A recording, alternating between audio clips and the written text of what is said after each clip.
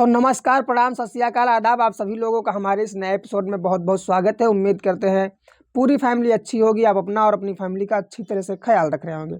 आज की जो घटना है, आज की जो कहानी है, लगभग 10 साल बीते दिनों की ये कहानी है। और इस घटना में ये हो जाता है कि एक व्यक्ति जो एक अपनी दूसरी पत्नी को मारना चाहता है, पर उसकी पहली भी पत्नी मारी जाती है, जबकि वो नहीं चाहता है उसे मारना। और आखिर इन सब घटनाओं के पीछे क्यों मारना चाहता था दूसरी पत्नी को, और क्यों उसकी पहली पत्नी भी उस हादसे में जान गंवा देती है, और किसी को ऐसा लग ही नहीं रहा था कि ये कोई साजिश है या मर्डर है या किसी की हत्या की गई है। दरअसल वो एक हादसा लग रहा था, जो हादसा जब पुलिस ने कायदे से छानबीन की, तब पता लगा कि उन दो लेडीजों का मर्डर किया गया है, कत्ल किया गया है। तो बने रहिए। ये जालौन, राजस्थान का जालौन है, और जालौन में एक थाना है। उस थाने को दिन के दोपहर में लगभग एक फ़ोन आता है, और फ़ोन आने के बाद ये बताया जाता है कि यहाँ पर इस जगह पर एक 4 पहिया गाड़ी है जिसमें बहुत भयंकर आग लगी है।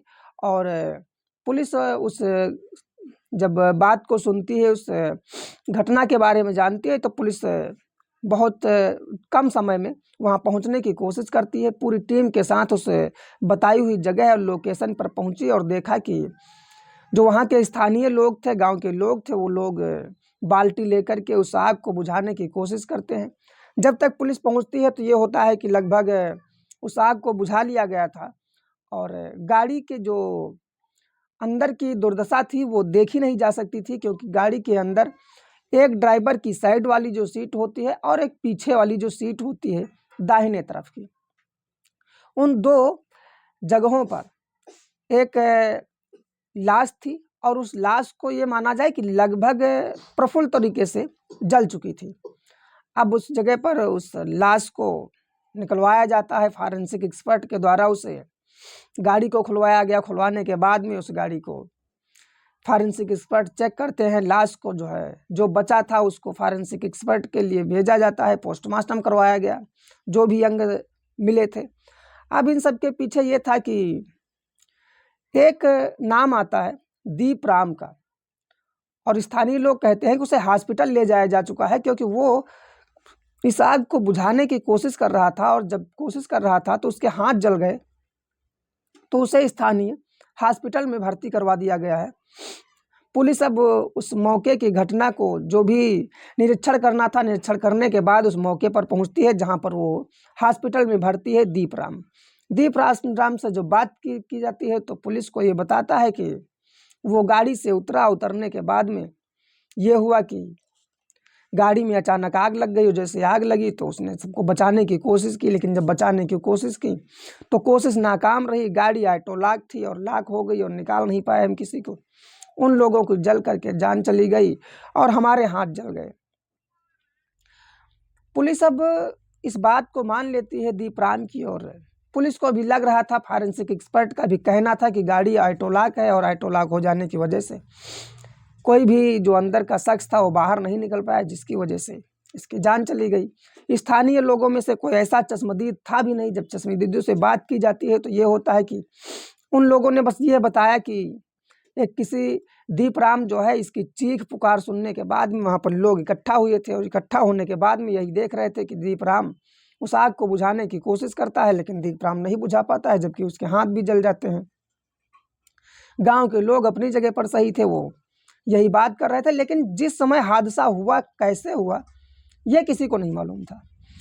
तो जब दीप राम से पुलिस पूछताछ करती है कि ये कैसे घटना हुई है, हादसा कैसे हुआ, तो दीप राम कहता है कि मैं एक ज्वेलर्स के पास से दोनों बीवियों को ज्वेलरी दिलाने गया था, जिसमें पहली वाली जो पत्नी थी उसका नाम मालू देवी था, और जो दूसरी वाली थी वो डॉली थी।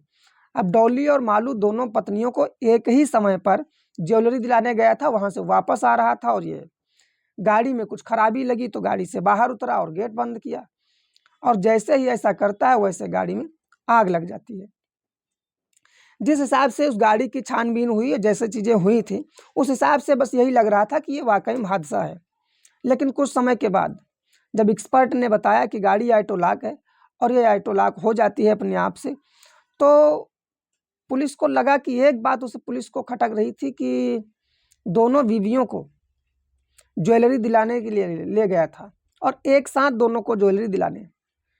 कहीं न कहीं ऐसा अब ये पुलिस के मन में जो सवाल था वो डॉली और जो मालू है, इनकी दोनों पत्नियों के घर पर जाकर के इनके मायके वालों से पता करता है और पता करने के बाद एक बात का खुलासा हुआ। जब ये बात का खुलासा हुआ कि इन 2 बीवियों ने कभी भी एक साथ में कोई सफ़र ही नहीं किया था, लेकिन आज दोनों को ज्वेलरी दिलाना और दोनों को एक ही कार के अंदर जल कर के मौत, ये सच में हादसा है या कोई साजिश?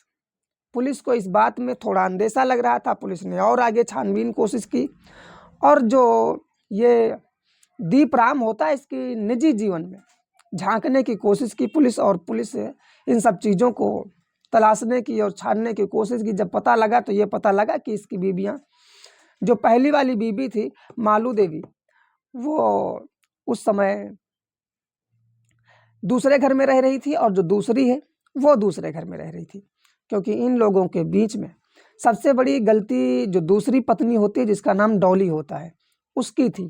क्योंकि डॉली, अब इससे पहले दीपराम की गलती थी, क्योंकि दीपराम जो होता है वो लगभग 10 साल के बाद जब मालू के साथ शादी करता है, उसके 10 साल के बाद लगभग उसे एक लड़का भी होता है और लड़का बड़ा हो गया, सयाना हो गया। उसके बाद में इसकी नज़र में आया कि उसे दूसरी शादी करना चाहिए, क्योंकि वो जो पहली पत्नी थी वो इतना पढ़ी लिखी नहीं थी। उसे लगा कि दूसरी शादी करना चाहिए और जब उसने तलाश किया तो उसे एक डॉली नाम की लड़की मिली, जिसके 2 रिश्ते पहले से हो चुके थे, लेकिन वो सक्सेस शादियाँ नहीं हुई।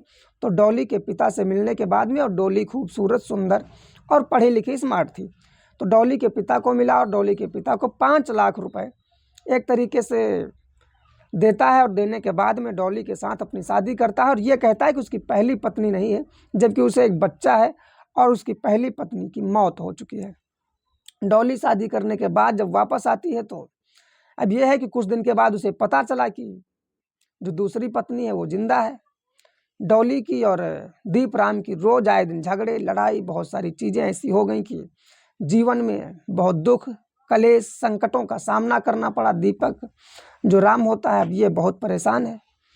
अब इसे लगता है कि कहीं ना कहीं खुद से गलती हो गई है, लेकिन जो मालू देवी पहली पत्नी है उसके साथ इसके रिश्ते अच्छे थे। और आज भी अब ये हो रहा था कि जब जब जो डॉली है उससे लड़ाई होती है, झगड़े होते, उसे लगता है कि मेरी पहली पत्नी सही है, मेरे लिए अच्छी है, और धीरे धीरे उसका जो रुख है वो पहली पत्नी की तरफ मुड़ने लगा। जब ये सब चीज़ें हुई तो जाहिर सी बात है कि उससे झगड़े बढ़ गए और वो कहीं और रहने लगा, उस अपनी दूसरी वाली पत्नी को लेकर के, और पहली पत्नी से अब कोई मुलाकात नहीं होती है। लेकिन 18 दिसंबर 2017 को उसके और डॉली के बीच में काफ़ी लड़ाई होती है और लड़ाई के दौरान उसके माता पिता और बहनों को बहुत गालियां दी, गंदी गंदी। जो डॉली होती है उसका अब दिल उब चुका था वैसे भी, और जब इतनी बात हुई तो ये बर्दाश्त नहीं कर पाया और उसने तुरंत प्लान बनाया कि वो आगे इन लोगों को मार देगा, खास तौर से डॉली को।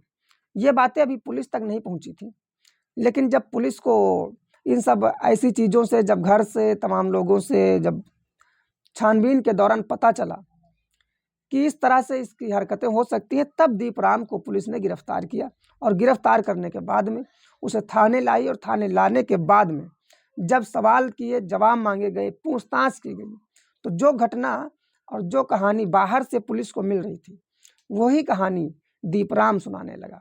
और दीपराम फिर से बताता है कि फिर ऐसा हुआ कि उसने एक ज्वेलरी लेने का जो प्लान बनाया और अपनी पत्नी दूसरी डॉली को लेकर जाने के लिए वो तैयार हुआ, लेकिन जैसे गाड़ी में बैठा वैसे ही उसने घर के अंदर आवाज़ लगाया कि ज्वेलरी लेने के लिए हम डॉली के लिए जा रहे हैं और काफ़ी देर हो सकती है, तो कोई मेरा इंतज़ार ना करे।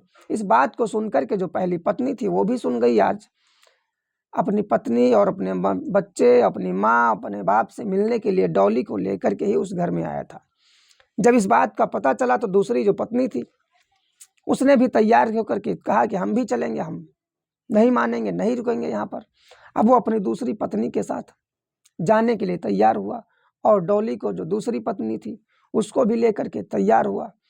और उसे लगा कि मारना तो हमें डॉली को हर हाल में है, लेकिन जो पहली पत्नी है, अगर इसको भी हम साथ में जान से मार देते हैं तो शायद ये हो जाए कि मैं पकड़ा ना जाऊं, और ये कहानी हो जाए कि सब लोग जानते थे कि वो अपनी पहली पत्नी से कितना प्यार करता है, तो अब कोई शक नहीं करेगा, शक का कोई गुंजाइश नहीं। तो उसने यही काम किया और दोनों को ले जा करके उस गाड़ी को एक सुनसान जगह पर रोका, जहाँ पर ना सीसीटीवी कैमरा और ना ही कोई आने जाने वाला व्यक्ति। और गाड़ी से उतरने के बाद में उस गाड़ी के अंदर जो बैठी हुई उसकी दोनों पत्नियां थी, उन पर तेल छिड़कता है, पेट्रोल छिड़कता है, और पेट्रोल छिड़कने के बाद में वो आग लगा देता है और ब्लैक शीशे दोनों तरफ से बंद कर देता है। अब वो चिल्ला करके तड़प तड़प के उसके अंदर वो जिंदा जल रही थी, और ये फिर दिखावे के लिए चीखता है, चिल्लाता है और उस आग को बुझाने की कोशिश करता है, पर ऐसा बिल्कुल हो नहीं पाया, उन लोगों की जान नहीं बच पाई। पुलिस ने जब इन सब चीज़ों को जाना तो पुलिस ने इसे 302, 201 और 398 के तहत इसे जेल भेजा। और कुछ समय के बाद अभी लगभग 1 साल पहले जो कोर्ट का फैसला आया वो ये कि दीपक राम को आजीवन कारावास की सजा हो गई है। अभी निचली अदालत का जो फैसला है वो यही है, बाकी अब कोर्ट में डाला गया है, आगे कार्रवाई क्या होगी, सज़ा माफ़ होगी, नहीं माफ़ होगी, या उम्र कैद की सज़ा बरकरार रहेगी। इस घटना से ये लगा कि कहीं ना कहीं एक हम किसी दूसरे आदमी की जान लेने की कोशिश करता है और एक दूसरे की भी जान ले लेता है। जान की कीमत दीपक राम के सामने कुछ भी नहीं थी, ना दूसरी की और ना पहली की। ये सरासर हैवानियत और बहुत ही खतरनाक मानसिक स्थितियों की उत्पन्नता जो थी वो हमेशा के लिए दीपक राम को जेल के अंदर डाल दिया।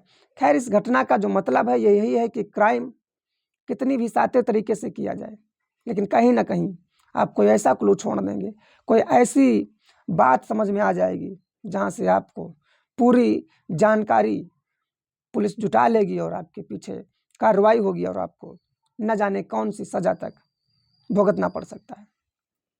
इसलिए इस घटना को और इस कहानी को सुनाने का मकसद बस ये था कि सतर्क रहें, जागरूक रहें। वीडियो कैसा लगा आप लोग कमेंट में ज़रूर बताएं। मिलते हैं कल नए एपिसोड में, तब तक के लिए नमस्कार, धन्यवाद।